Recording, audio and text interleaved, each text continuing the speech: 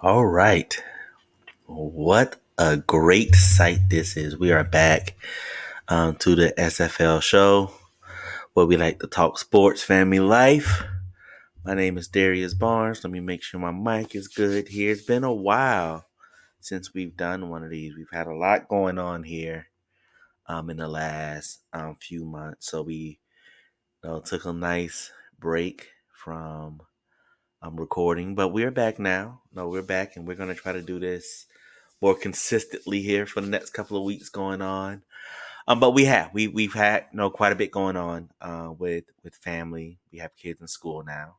They're all in college, and of course we have parents that are dealing with ailments that we continue to ask you to pray for and know that they get better. And of course we've had to deal with some of the things that we've had to deal with as well. But nevertheless, no, we're back here now just to spread a little bit of joy and talk about some of the things that are going on. Not just in the sports world, but election year. We'll talk a little bit about that. We'll try to be careful with that conversation, of course. We have the Olympics just ended, so we'll talk a little bit about those know about what some of those events and some of the things that we saw. The breakdancing was hilarious. I'll talk a little bit about the breakdancing because I thought that was super funny. Um, had some drama. We had a couple of drama situations because, of course, here in the world today we can't do anything without drama.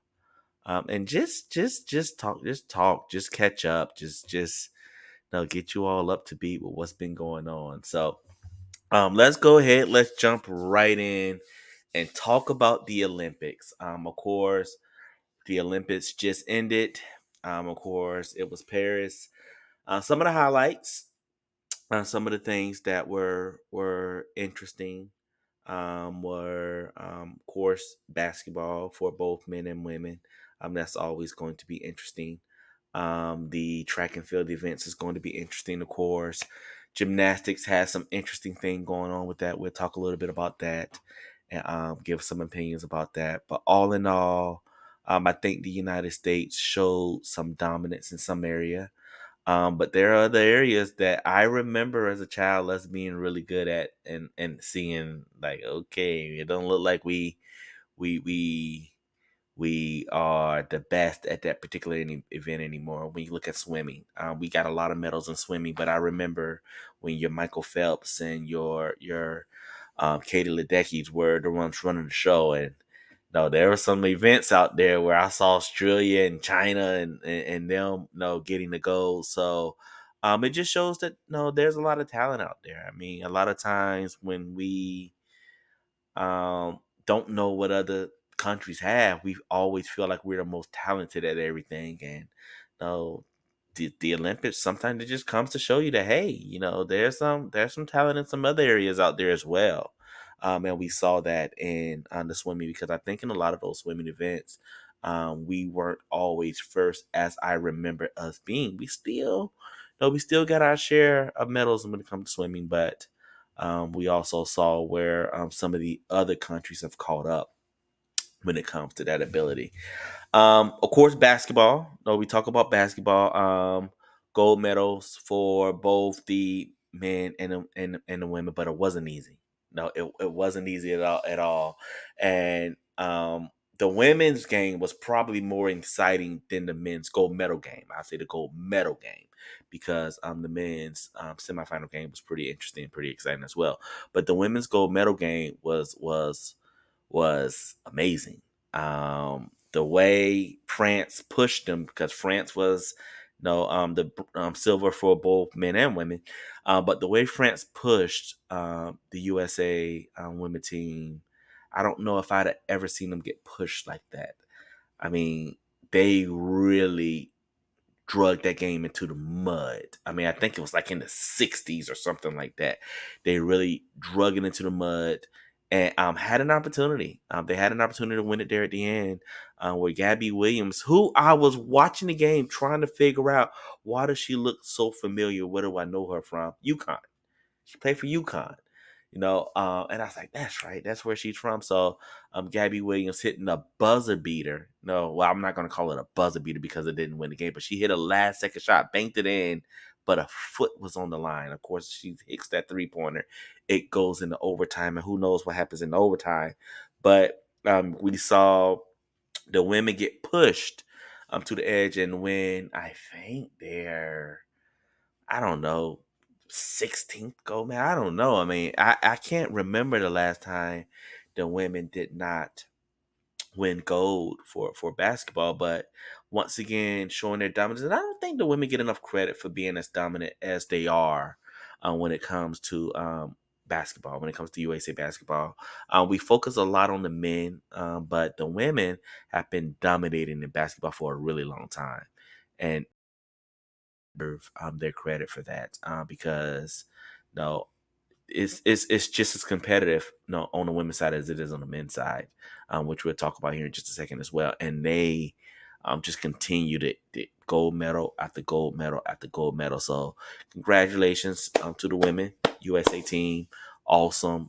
Glad you all were able to pull that nail biter out. Of course, on the men's side, close game. No, it was a close game. But the men were able to pull it out at the end with Steph Curry going straight nuclear, hitting 4 3-pointers in a row to end that game. And once again, it was France, the men's basketball team that was playing for that gold medal. And LeBron, KD, them guys, you really saw their dominance at some point throughout these medal games, and it was very interesting to see. It was very interesting to see. Of course, I have conversation with my family, all the time, and I am of the belief that the talent has caught up when it comes to the world in basketball. And I'm not saying that everyone has ultra talented guys like the United States. Yes, obviously, um, we know that the United States has players like Kevin Durant and LeBron James and Steph Curry, and you throw Devin Booker, Jason Tatum. No, I mean we understand that they have a bunch of all stars, but my I'm not going to say argument because I don't want it to come across as an argument, but my retort to that is I think a lot of these other countries also have talented players, and they may not be of the talent of every one of our guys, but I think you can find, and this is no slide to any of these other guys that are on the USA team, but I think you can find guys that are just as good as Tyrese Halliburton or Drew Holiday or Devin, no, Devin, Derek White, or even someone like who else was on that team? You had Bam on that team. I think Bam is kind of a freaking nature with the things he's able to do. But even guys like Devin Booker, I think you can find guys that are just as talented as those guys in these other countries, believe it or not. And I think that there are guys in this other country that can play in the NBA that probably opt not to for whatever reason or another. Now, of course, we know that the NBA is the ultimate goal for most individuals that want to play basketball. I get that. I understand that. But I do think that there are some individuals in Germany, in France, or in Serbia, wherever they are, that may say, you know what, I maybe that's not the place for me for whatever reason. Could be for family, could be for whatever. I do think that there are guys there that are capable of playing in the NBA that will just prefer to play for their country and not play for the NBA. Now, why? Don't know. But I think that because there are individuals that are out there that can play with NBA players and they practice with NBA players when they go and they play for their countries, it makes the talent or it makes the balance a little bit more even, if that makes any sense. So when I say the talent has caught up, I'm not saying that Serbia has 12 players that are just as good individually talented as the 12 players that the United States have. What I'm saying is Serbia has an MVP that they can put on the floor. They probably has another player that can knock down shots. They probably have another player that can handle the ball just as well. They probably have another player that can cut, that can spread the floor, whatever the case may be. They have guys that can fill in roles because we know that a basketball team is a team of everybody doing their role. It's not okay, everybody, let's just go and just put the most talented guys on there. I think that is one of the reasons why we do see, once again, not a slight to these guys, some of your Derek Whites and your Tyrese Halliburtons and your Devin Bookers and guys on these teams, because it will be a little tough to have just a bunch of alpha males. And I know that they did that with the USA Dream Team back in '92 with Mike and Magic and Bird and all those guys. I understand that worked, but I don't think the talent back then was as good as the talents now. I don't think they had Giannis's back then. And they didn't have Luka's back then. And they didn't have Jokic back then. I think the best player in Europe at that time might have been Tony Kukoc. And of course it was just him. No, they didn't have Dirk Nowitzki. They didn't have a lot of those guys back then.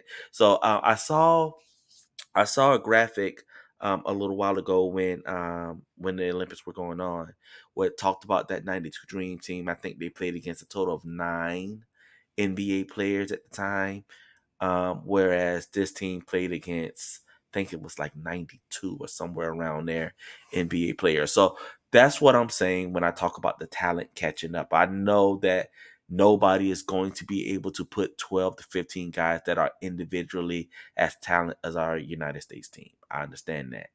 But I do think that the talent that you are playing against in the Olympics now is so much more superior than what they were playing against back then. And I think that the next Olympics, whoo, France.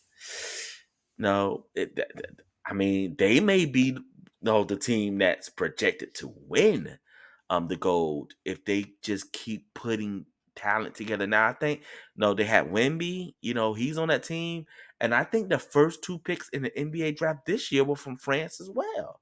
So I mean that France seems to be pushing out talent. So no, we will see how the United States, how we counter what a lot of these other countries are doing when it comes to playing together to win gold for their country. But like I said, congratulations to the guys. Great performances. That Serbia game had to be one of the best games that I had ever seen, especially on an Olympic level when it comes to competitiveness and things of that nature. So, it was fun to watch. It was fun to watch them get pushed. It was fun to watch them come up clutch because there's not many games where you've seen that when it comes to the Olympics. Who's going to take the last shots? Now, how are they going to deal with this pressure? So things like that. So it was a lot of fun to watch. It was a lot of fun to watch. So guys won gold in basketball. Ladies won gold in basketball. Congratulations to each of them. Then we get to the gymnastics, and of course, once again, gymnastics has to do more so with who you know. A lot of times, if there's not someone, well, I'll speak for me. I won't speak for anyone else. If there's not someone that I am specifically looking at, I'm probably not watching gymnastics. But of course, with Simone Biles being in it, she's always going to catch my attention. No, I'm a fan. I think that no, she is probably a once in a lifetime athlete, and she went out and she did what she normally did, what she normally does. And she dominated and she showed us why she is who she is. And it's funny because you look at some of the Olympians that were in it and the ones that they're considering to be old, like your Katie Ledeckis and your Simone Biles, and they're like 26 or something like that years old. And it's like these are the old individuals, but they've been doing it for so long that it comes across as them being the veterans. So, but we saw Simone Biles do what she does, but there was a little bit of drama when it comes to one of the Olympics. Or one of the Olympians to go, one of the medal recipients actually, with Jordan Childs. And we'll talk a little bit about this because this is interesting to me because what's going on with Jordan Childs is she won the bronze medal. Okay. She's the bronze medal winner. And what happened, according to what I've read, what I've heard, not an expert on this. If I'm getting some of this wrong, no, I apologize. But um, she had a score put in, and there was a couple of moves that was not calculated within the score. So her team went back to the judges, say, "Hey, you all did not calculate this." And once they calculated it, it changed their score and it moved up to third place. And I mean, that's great. Of course, we always love when something gets corrected, especially if it's the right thing to do. Well, then, of course, individuals of the actual gold medal at the time, of course, that pushed them down to fifth. And they came back and they said, well, okay, we see where, where that calculation was missed, but they did not request that update, or they did not request for you all to take a look at that score in time. I think you have like 60 seconds, something like that, to get it done. They're saying they were 4 seconds late, whatever the case may be. I don't know the exact time on it. So now they said, okay, well, if it wasn't calculated properly, that is an improper calculation. So, okay, now she goes back down to fifth place, Jordan Childs, that is, and she needs to get a bronze medal back.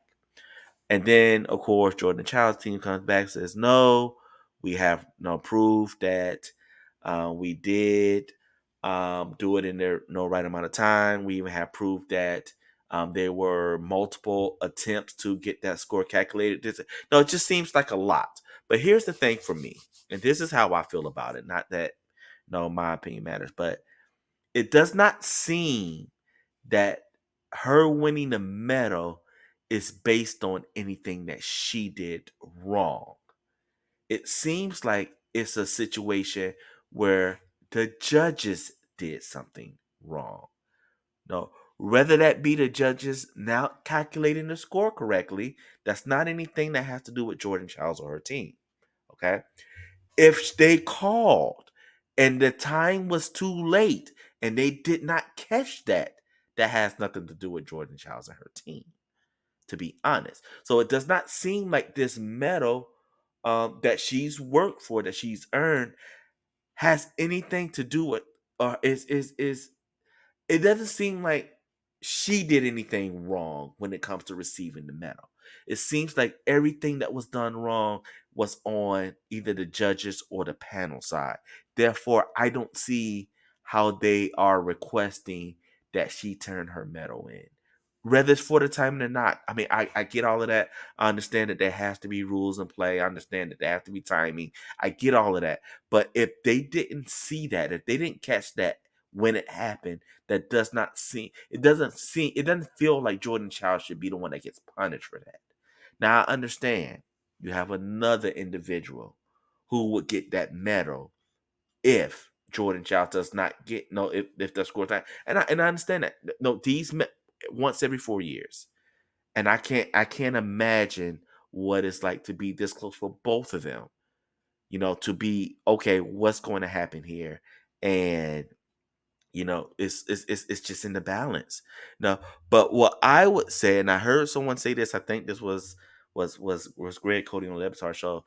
You're gonna have to award, to me, two bronze medals, because if they both deserve it and mistakes were made by the panel or by the judges, I don't see how you can punish. I mean, I just don't see how you can punish the Olympians. I just don't. So I feel like they should both be awarded bronze medals. That is just my opinion. I don't think Jordan Childs did anything wrong. I don't think her team did anything wrong. I don't think the young lady or the individual who would be getting the gold medal if Jordan Childs' score goes back to what it was, I don't think she did anything wrong either. She's just following the proper protocol because that medal means something to them as well. So, yeah, I really think that they should just award those two bronze medals to those two individuals, and just they got to eat it. They got to eat that we made a mistake, and because we made a mistake, this is our way of fixing it. And that's the route that I would go. That's what I think they should do. But we'll see what happens. I think Jordan Childs has been instructed, that she has been contacted and asked to bring that bronze medal back. If I was her, I wouldn't do it. They had to come, take it from me. But we'll see what happens. We'll see what happens there. So, um, So that was the interesting case as well. Track and field, of course, is probably one of the main events when it comes to the Olympics. We grew up watching track and field with our parents. No, seeing Michael Johnson with the gold shoes and things like that. So I always look forward to the track and field events. Of course, the premier event is probably the 100, the 200, the speed races. So the 100, wow, um, what a race! What a race! Very interesting because a lot of these individuals that are running for Jamaica, obviously we don't know them until we see them run. Obviously, we don't know them. I mean, unless you're over there and you're watching the world games, things like that. But obviously we don't know them. But we know the Americans, and we knew for the Americans, for 100 you had Noah Lyles, who we'll talk a little bit about. He's funny. Um, we had Noah Lyles. I think Curly was in that race.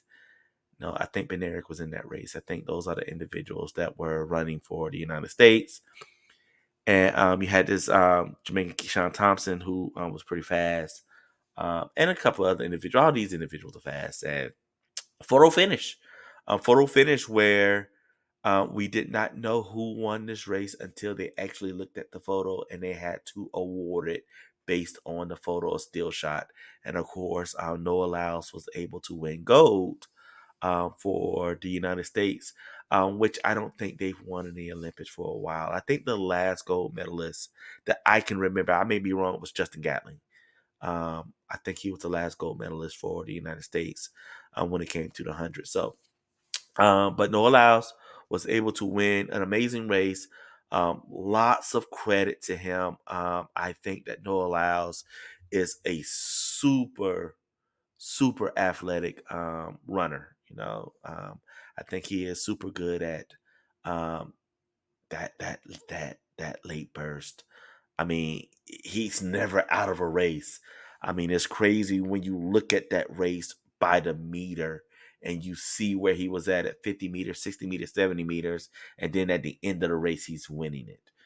So that last burst, that last speed, is pretty interesting. It's pretty fun to watch. And then of course for the women's side, you had Shakari Richardson. You had I think her name was Melissa Jefferson and TT Terry. I think she was in that race, and it was Saint Lucia who I did not know was running like that. Who won the gold medal there? Shakari got the silver, and I think Melissa Jefferson got the bronze. But um, so still, we haven't no one gold in the 100 for the women's side in a while, but we were able to get that win for the men's side, which I was happy to see. I was happy to see it. Say what you want about Noah Lyles. I know people have his opinion on who he is, especially during these Olympics, some of the things that's come out. But the dude is fast. I mean, the dude can run. I heard Tyreek Hill say that he would beat Noah Lyles in a race. I started laughing. I was like, yeah. I mean, I'm not a expert at running, but one runs for a living, and okay, Tariq, I'll watch it, but I don't know how to go for you. But I was happy to see it in the 200. Of course, one of the other premier races. There was some, I want to say, controversy. It's about what you want to believe, and I guess what you believe is based on how you feel about the individual. But it's turned out that Low Loud tested positive for COVID. At least that is what was reported. He ended up placing third. And Tubogo, I think that's how you say his name, ended up actually winning the 200 with Kenny Bednarik getting silver. So based on how you feel about Noah Lyles, you're either happy about that or sad about it based on your thoughts on him. He did show signs of fatigue after the race, which rubbed people the wrong way because of how he was before the race. I think that before the race, he's trying to get himself amped up. He's trying to get everybody amped up. I honestly feel like if he conserves that energy, he probably does win the race or get second. But when you have COVID, which I am getting over as well, it is hard to conserve that energy. So depending on how you feel about it, that's how you will judge that race. Of course, for the women, Gabby Thomas, phenomenal. Gabby Thomas was phenomenal in that 200, and she dominated that event on the women's side. So was happy to see her get her gold medal because she's worked hard. She deserved it. And then she's just such a smart, beautiful young lady. So to see her win that event was really cool. So and then you get in some of the other events, the 400, the 400-meter hurdles, the 110-meter hurdles. I mean, all the United States really represented well in a lot of those races. The relay teams, of course, the women, going out and getting that full ball one relay and winning the gold for the full ball one relay, while the men, once again, baton issues and wasn't even able to finish in the top four or top four, top five. I don't think they finished top four, top five. So was sad to see. But all in all, I think pretty good turnout when it comes to our representation when it came to the Olympics. So a lot of good things going on in the world. Was good to see us display some type of dominance in some of the events that went on, and we'll see what happens in LA. I mean, the LA Olympics. No, we'll see what happens. Hey, maybe we'll have kids and family members ourselves in it. There was one thing that I do want to talk about. They did have breakdancing in the event, which was hilarious. And I'm not a break dancer, not a break dancer. I did love to watch breaking back when we was a kid with Turbo and those on things like that, and you try to do the break dance stuff with no, but wow, to see it as an Olympic event and to see some of the individuals be like, okay, this is my routine. A lot of laughs, lots of laugh. It's going to be interesting to see if they bring that event back. Because I don't know if going viral for hilariousness is what they want. But breakdancing was pretty funny. It was pretty funny. There were some individuals that you was like, this is the best the country had to represent them in this. But great, great, great, great fun time watching the Olympics. It was pretty cool to kind of separate from some of the other things that are going on in the world. No, which no, we'll talk about now. No, just to switch the conversation up a little bit. No, we'll go ahead and we'll throw a little seriousness in there. So, um, election year. Of course, election years are always interesting. Election years are always interesting because to me, this is just my opinion. This is when we show how divided we are as a world and as a country. I don't understand how and why we do elections the way we do them. I do understand voting and I do understand why we vote. I don't understand why we have to vote by sides. I don't understand parties. I know why they exist, but their existence was due to circumstances. If those circumstances are different now, I feel like maybe the whole party thing should be relooked at. But I think what happens with parties is they make you choose sides. No, they make you choose sides. You go be on this side or you can be on this side. So whether you agree with everything this party is saying, um, or not, if that's who you with, you kind of got to be with them unless you just say, okay, well, I'm just going to go over to the other side and go over to the other party, which a lot of people really just don't want to do. So they tend to just stick with who they want, what party they're with. That's normally how it works. And I'm not saying that's the case for everyone, but normally that's how that works. I'm on this side. I vote for this party. Therefore, that is who I have to go with, whether I agree with them, whether I disagree with them, because I'm not going to go over to the other side because that party believes in this or that party believes in that, and that's just not where I stand. So, I have a hard time dealing with the politics of today, because I feel like we are so far separated from uniting, from unity. I think that is due to some of the individuals that we have had at top. I think that is due to some of the things that we have allowed to go on in this world. I think that is due to some of the mindsets of individuals that have been put into place. And I don't think that it matters what side. The one thing that I would never understand about parties is their inability to work together. And it's so funny because me being a military guy, no, me being a military guy, I've always had that notion of, okay, we're able to work with different, not just different entities, but different countries to make this mission work. Whether it's in Korea, whether it's in Germany, USA, whatever the case may be, we're able to work together because we have a mission at hand. But we don't be able to seem to do that in the United States. No, we have such an issue with each other that we don't even agree with the things that are going on in the world today. I mean, there's such a disconnect there. It was funny because I was looking on Twitter or X, I'm sorry, whatever they call it today, and I was watching the debate, and it was Senator John McCain, and he was going against, no, of course, at the time, Barack Obama, and as he was taking questions, no, there were individuals that were saying, well, no, Obama is this and Barack Obama is that. And he would take them back. He was like, no, that's not the case. He's a very good man. We just had some foundational differences on how we see. No, and this is how he was doing the debate. And he would hand the mic to someone else to ask their question, and they would say something outlandish, and he would take it and he would correct them. Nope, no, he's not that. He's not that. He is a phenomenal person. We just don't agree on how we want to, And I miss debates being that way. I do. I miss debates being that way, where there's just foundational differences on how you wanted to solve a problem. But we can both agree that there is a problem. We both agree there's a problem, but I'll choose to solve it this way. You choose to solve it this way. And that was the difference. Now we can't even agree on the problems. Some people will tell you there were a pandemic. Some people will tell you weren't. Some people will tell you that there are issues when it comes to the border. Some people will tell you that it's not.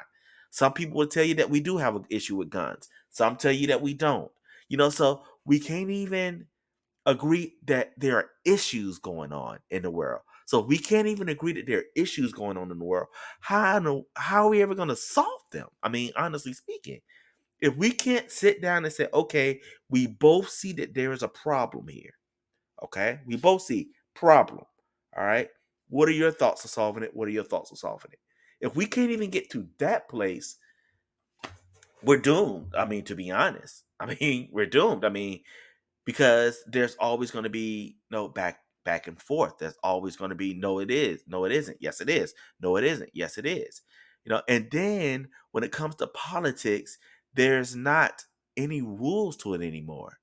No, you can kind of say what you want to say, and you can kind of do what you want to do now. I think that there are individuals that made that okay. I was listening to someone interview Joe Brown, no, Judge Joe Brown, who was, of course, he had a show. Now, I'll be honest, I don't even know if he was a real judge. I'll be honest with you. But to listen to him talk about, Kamala Harris and, oh, well, this is what she was like back when she was at Howard. And it kind of shocked me because I'm like, wow, now we're going back to 18, 19, 20 years old, and we're bringing in what an individual was like back then. And I've always been one that said, hey, I can't judge nobody about what they were if I'm not going to tell people what I was like. I would love to know what Joe Brown was like back when he was in college. Whether he was, straight and narrow, going to class and, saying, hey, I'm prepared to be a judge. But no, we've gotten so comfortable just tearing people down. And I don't see how, as a country, we're okay with just tearing people down. No, I don't know why we still have parties. Okay, I'll be honest with you. I don't know. There's some things that Republicans say and feel that I can agree with. There's some things that Democrats say and feel that I can agree with. And then there's some things that they both say that I can disagree with. But you make me choose a side, and you say, okay, either you got to vote this side or vote this side. And I don't understand that. No, I really don't. I'm sure it got something to do with money. I'm sure because everything has to do with money.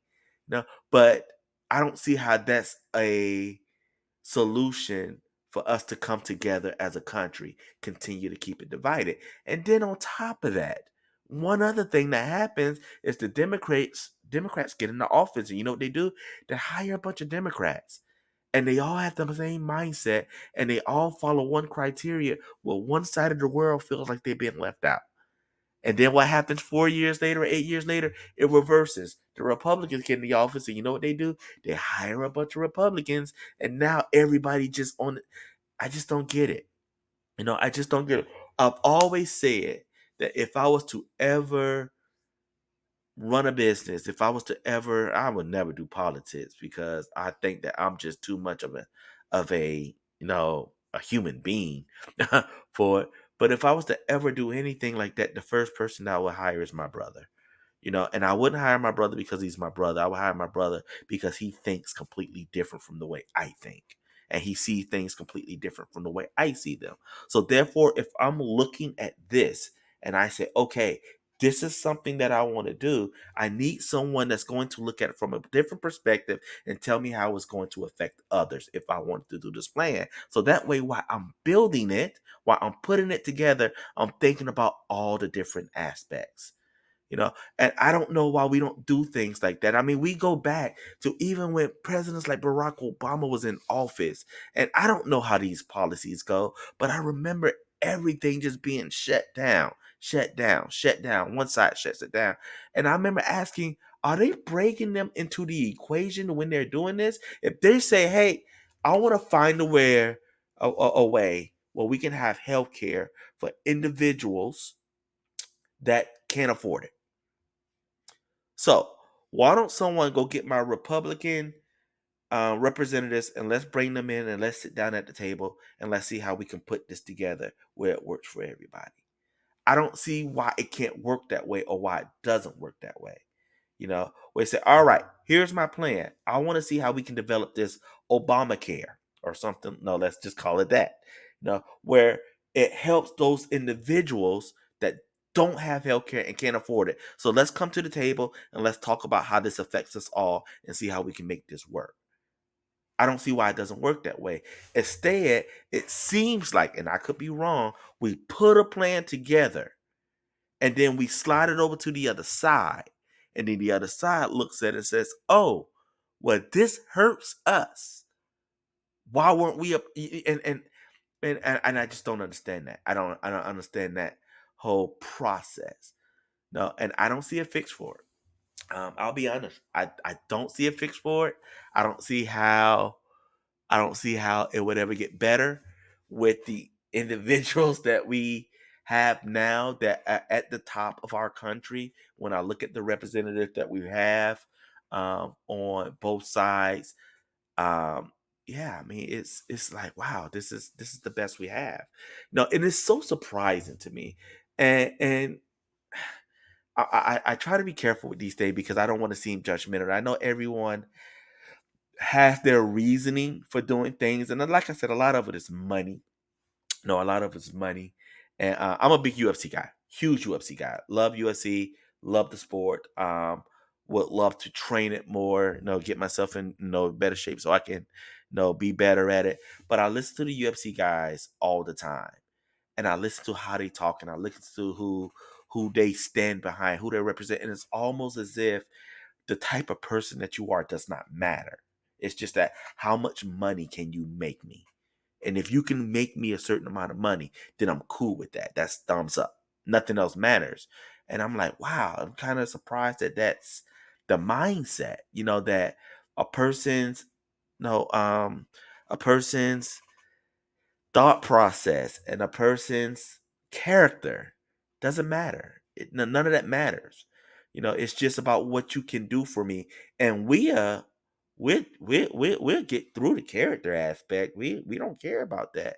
Whereas for me, character plays such a huge part to whether I would want you to run this country. For me, if you have the character of a teenager, and I'm not saying that anyone does, but if that's how you carry yourself, then I really don't want you to be the one to represent this country, me personally, because what you stand for, who you are, matters to me.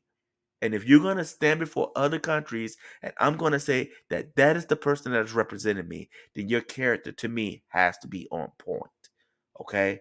Your character has to be on point, and it has to be on point where I represent all people, men, women, blacks, whites, Latino, doesn't matter. This is who I am. This is what I represent. And I will be honest with you, every candidate that we have does not stand for that. So it makes it really tough to be a part of it. It does. And I have kids now that are old enough to vote. And no, one of my sons asked me, "What do you do when you don't like any of the candidates? Who do you vote for?" And I didn't really have a good answer for him. I'll be honest with you.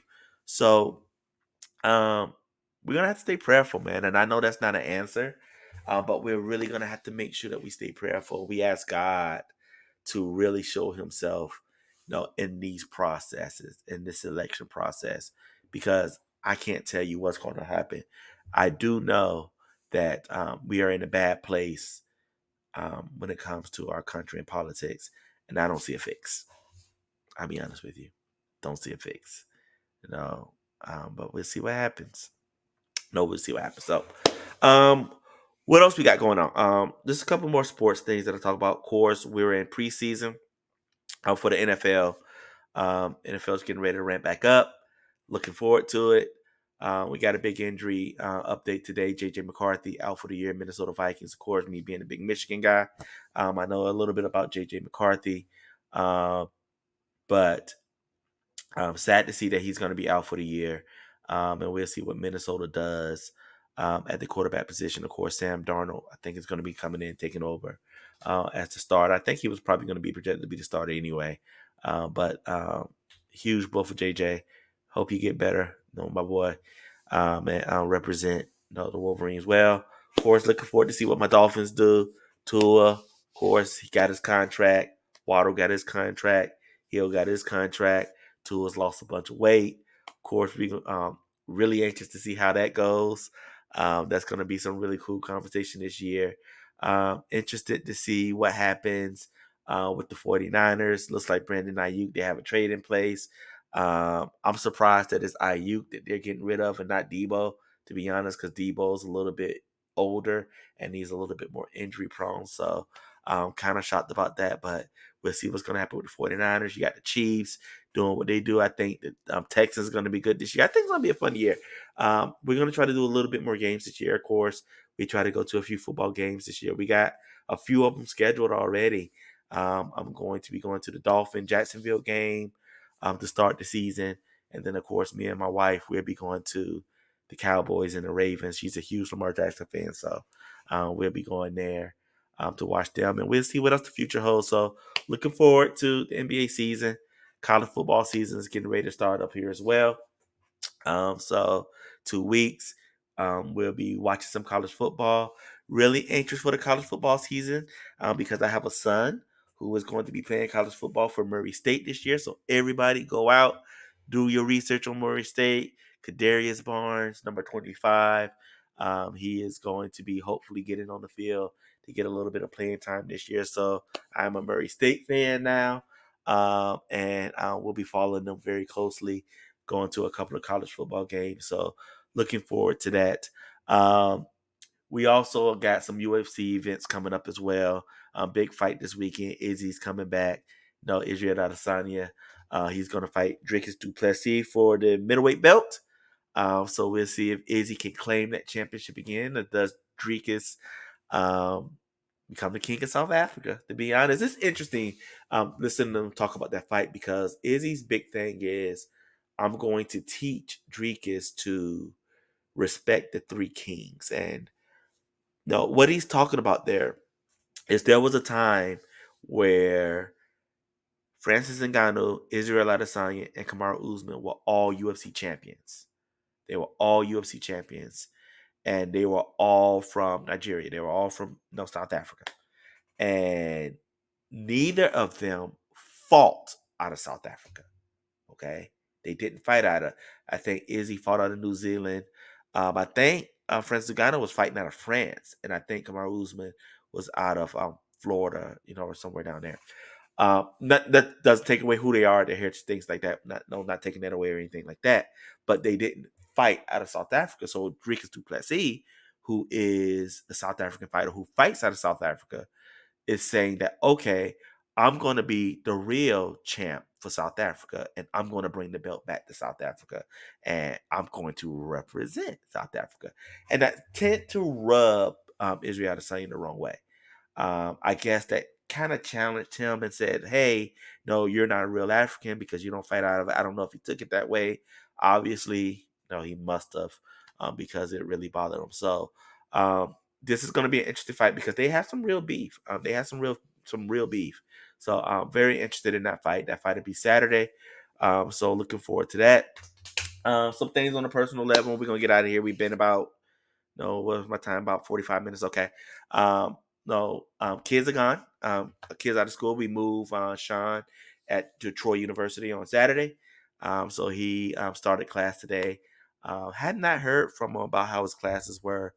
Maybe he'll send me a text message later on and let me know how class was for him. We moved daughter back into Auburn for her sophomore year last night. Got back late last night.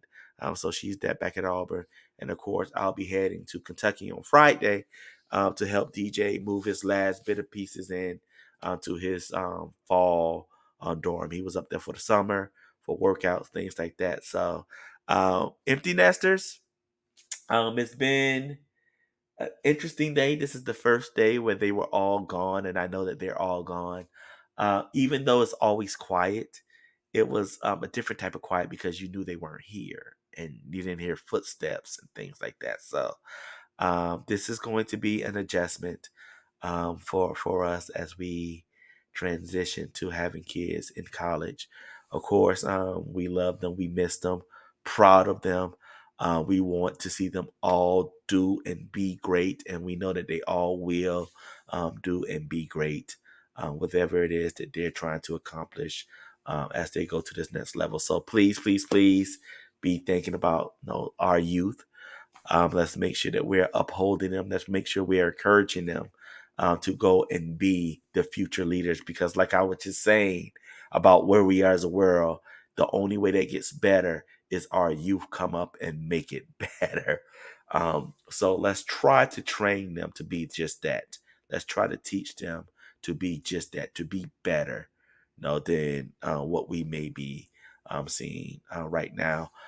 Continue to look, to pray, for our parents, my in-laws, my mom and my dad as they get older. Continue to look after them. Continue to, I almost went into a prayer right there. But let's just continue to just uplift them, that they get better. Of course, we cherish every day. Every day that we get to spend with them is a blessing. So we want to make sure that we let them know that. We want to make sure that they know that we're here to support and be there for them in any way that we possibly can. So let's continue to go ahead and uplift them, and let's have some fun. Like I say, we're gonna get back on it. We're gonna see if we can be a little bit more consistent with it this time. We're gonna try to do this once or twice a week. Like I've always said before, we're gonna try to have guests and see if we can have a little bit of fun. See if we can get some traction going here. So, with that being said, I'm gonna go ahead and I'm gonna sign off. Much love. Happy to be back. And I'll get with you all sometime next week, and we'll do it all again. Peace, love. Later.